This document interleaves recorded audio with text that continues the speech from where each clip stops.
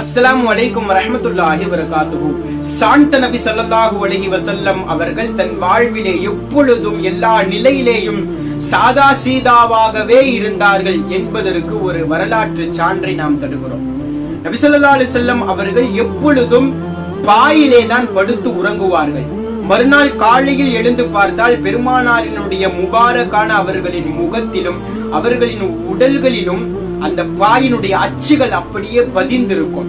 இதை பார்த்த சஹாபாக்கள், குறிப்பாக உமர் ரலியல்லாஹு போன்ற சஹாபாக்கள் எல்லாம் கேட்கிறார்கள், லவ் அகதுனா லகவிதா, நபியே நாயகமே, உங்களுக்கு பாய்களில் படுத்து அந்த அச்சுகள் உங்களுடைய முபாரக்கான முகங்களிலும் உடம்புகளிலும் ஏற்பட்டு விடுகிறது.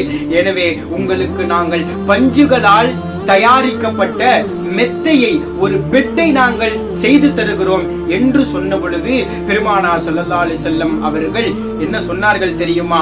மா அன மாலி வலி துன்யா, எனக்கும் இந்த துன்யாவிற்கும் என்ன இருக்கிறது, என்ன சம்பந்தம் இருக்கிறது?